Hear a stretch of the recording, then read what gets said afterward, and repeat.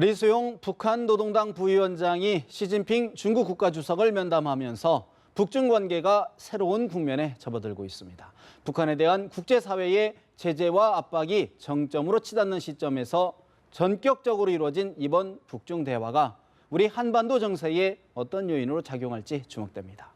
양무진 북한대학원 대학교 교수 모셨습니다. 교수님 어서 오십시오. 안녕하십니까. 시진핑 국가주석 어제 리수용 북한 노동당 부위원장과 면담을 했는데 북중 관계 새로운 전기를 맞고 있다라는 평가가 나오지 않습니까? 전반적인 총평을 해주신다면 어떻게 분석하고 계십니까?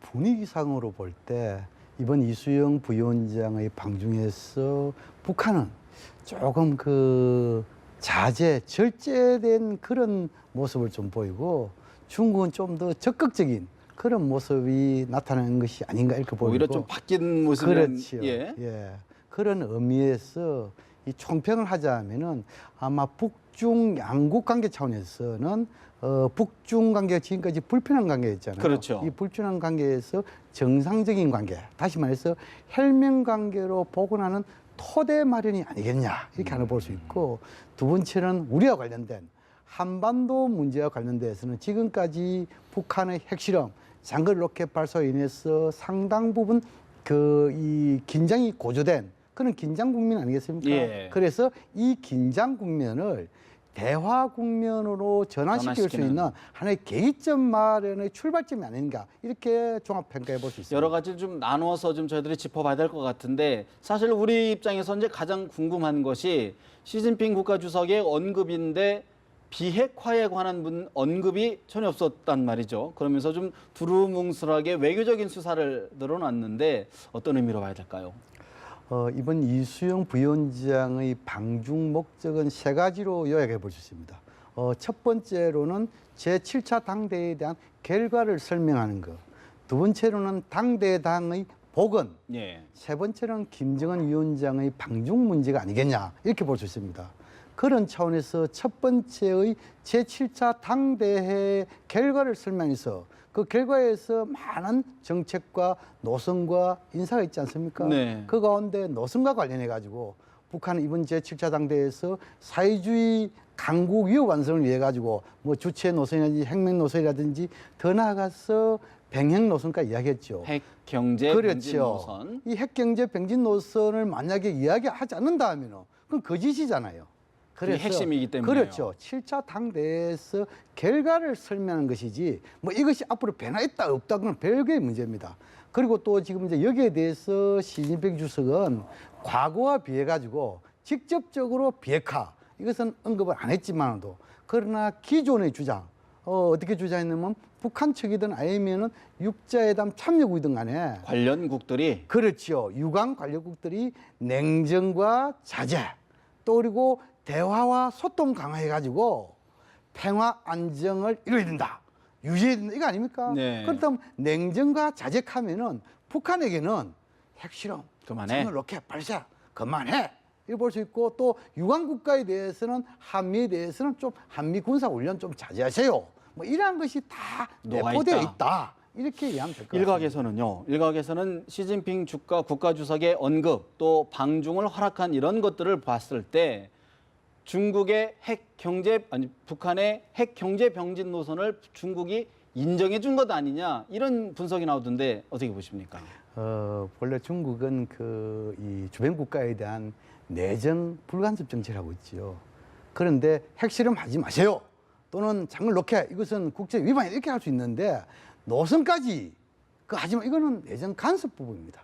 그러나 앞으로 중국도 국제사회의 목소리를 잘 알고 있기 때문에 이 병진 노선의 부당성 이 부분 충분히 잘 알고 있습니다. 예. 그렇다면 지금 현재 이수영 부위원장이 왔는데 부위원장이 병진 노선을 처리한다든지 할 수 없는 거 아닙니까? 그렇죠. 그렇다면 아마 제가 보기에는 시진핑 주석은 아주 원칙적인 이야기를 하고 그 밑에 있는 예를 들어 가지고 양재친이라든지 국무위원 대담당 국무위원이라든지 숭타오 대연락부장이라든지 이 기타 상식하고 또 대화를 하지 않겠습니까? 거기에서 실무적 차원에서 그렇죠. 중국의 뜻을 충분히 전달하고 이 전달을 가지고 이순희 부위원장이 평양에 가가지고 아마 김정은 위원장이 보고하면서 뭔가 이런 부분에 대해서 새로 뭔가 네. 실천적인 행동 하나 정도 나오지 않겠느냐, 저는 그렇게 전망을 합니다. 또 하나 이제 관심 포인트 하나가 과연 이제 김정은 위원장의 방중 이루어질 것이냐, 또 그 하나의 또 관전 포인트 아니겠습니까? 어떻게 전망하고 계십니까?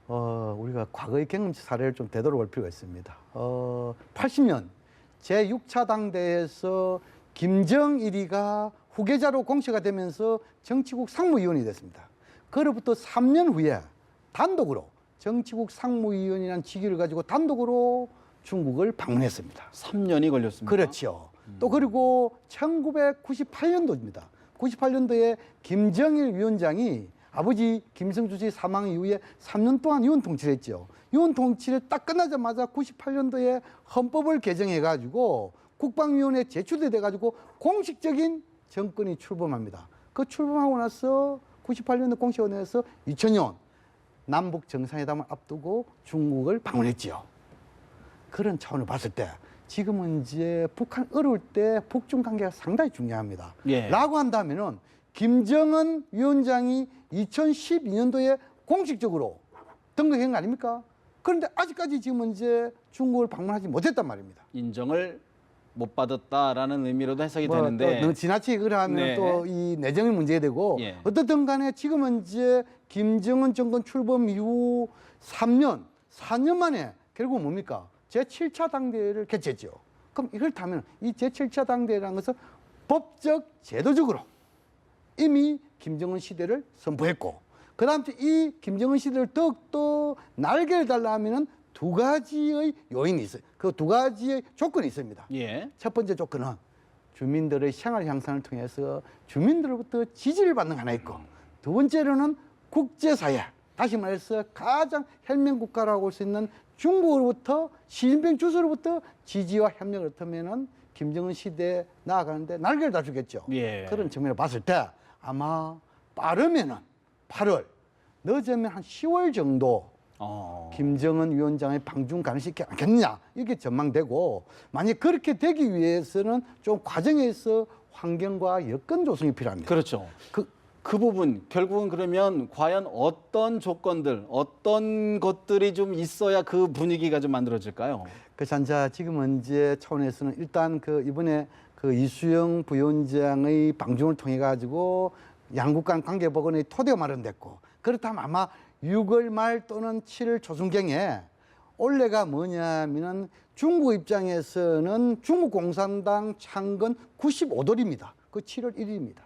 그리고 7월 11일에는 북중 우호 협력 조약 체결 55돌입니다. 네. 그 보통 정준년 아닙니까? 그렇죠. 그렇다면 아마 과거의 경험도 그랬고 이번에도 한자 관계 복원이 토대되기 때문에 양국 간의 고위급들이 상호 교환 방문을 할 것이다. 그 교환 방문 속에서 일단 문화적인 교류, 지난해 12월 달에 모란봉 악단. 방중에서 다시 돌았죠. 이것이 다시 재개 공연 가능성도 있다. 있다. 라고 한다면은 분위기가 조성돼 있죠. 그런 차원에서 보면은 아마 빠르면은 8월, 늦어도 10월 방중할 가능성이 있다 보이고, 그러니까 예. 이제 방금 이제 우리 윤 앵커께서 지적한 대로 그 방중한 게 있어가지고 예. 뭔가 뒤에서 조건이 충족되느냐. 예컨대 뭐 비핵화 문제라든가 뭐 이런 부분들이 관심 아니겠습니까? 그렇죠. 뭐 일단 환경과 분위기상은 그렇다 네. 하더라도 그냥 구체적인 조건이 또 있단 말이에요. 그렇죠. 라고 한다면 지금 이제 중국이 가장 중요한 것은 북한의 비핵화, 장을 로켓 중단 이 부분 아니겠습니까? 아마 김정은 제1위원장이 예. 제1위원장 김정은 위원장이 예. 직접 방중을 해가지고 언급을 할 것이다. 정상회담을 한다 하면은 예.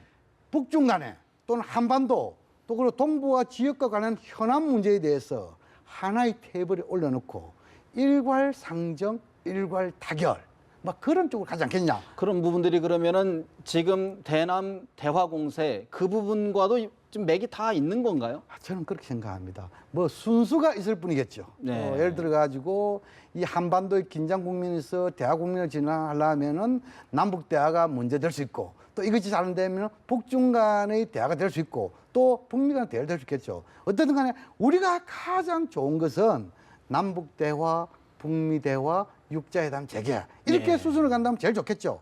그러나 지금 이제 우리 정부는 대북 압박 제재에 집중하고 있지 않습니까? 아직까지 대화의 시기가 있다. 만약에 대화를 하기 위해서는 북한이 비핵화에 대한 진정된 행동을 보여라 이렇게 하고 있지 않습니까? 그래서 지금 현재의 우리의 의지 또 북한의 변화 모습 이것은 상당히 충돌되고 있다 이렇게 보여주고 예.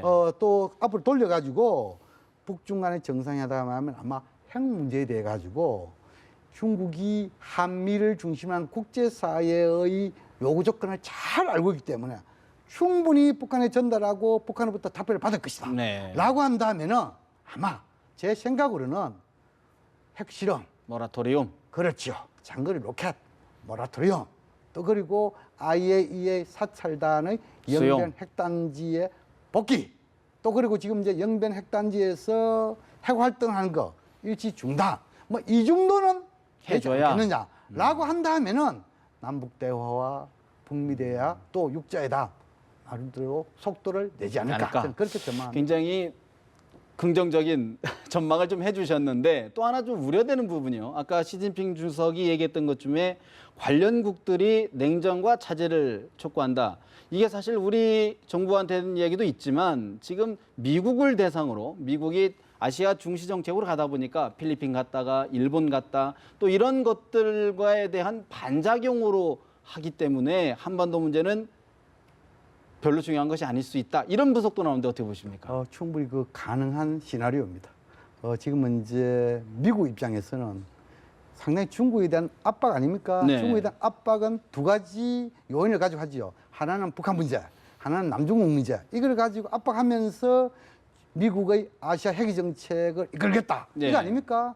중국은 뭡니까? 신형 대국론을 내세워가지고 뭡니까? 지금 이제 미국과 중국 간에는 서로 대국끼리 서로 협력하면서 네. 그리고 하자. 그리고 오히려 뭡니까? 아시아 핵이론에 대해서 신형 대국을 맞서면서 뭔가 중국의 입장을 계속 하는 거 아닙니까? 예. 그런데 이번에 북한을 끌어들인 것은 물론 한편으로 중국이 북한을 관리하는 측면도 있고 또 한편으로는 한반도에 있어가지고 중국의 영향력을 지속 유지한다는 측면도 있고 예. 마지막 하나는 미국에 대한 견제에 대한 숨은 의도도 있지 않겠느냐.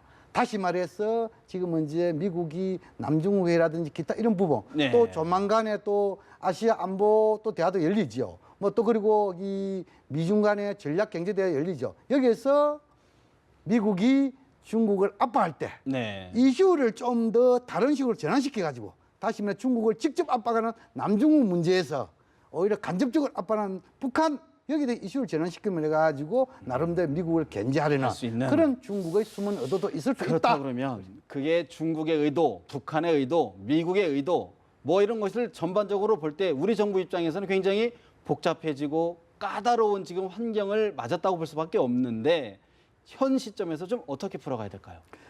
우리가 과거 경제적 사례를 보면은 남북 간의 대립과 대결이 지속되면은 한반도 문제에 있어가지고 미국과 중국이 주도자가 되고 남북한은 이방인 제3자로 전락됩니다. 또 두 번째는 남북 간의 대립과 대결이 지속되면은 미국과 중국이 모든 한반도에서 모든 영향하면서 우리는 한국은 설 땅이 없어집니다. 네, 여지가 그게 첫 번째 두 번째 똑같은 연장선이지만 그래서 지금은 이제 북한의 핵실험 장거리 로켓 발사에 대해서는 국제사회 목소리가 압박 제재 아닙니까? 그렇지만도 우리는 우리의 지금 이제 지형적이라든지 역사적이라든지 민족적이라는 것을 다 감안을 해가지고 전략을 짜야 됩니다. 라고 한다면은 한편으로는 북한 압박하고 또 한편으로는 대화의 건도 놓치지 않는 그런 병영 전략이 현실적인 방안이다. 저는 그렇게 생각합니다. 알겠습니다. 어쨌든 정부 입장에서는 굉장히 어려운 상황을 맞고 있지 않나 하는 우려를 가져봅니다. 양무진 북한대학원 대학원 교수 모시고 지금까지 이야기 나눠봤습니다. 말씀 고맙습니다.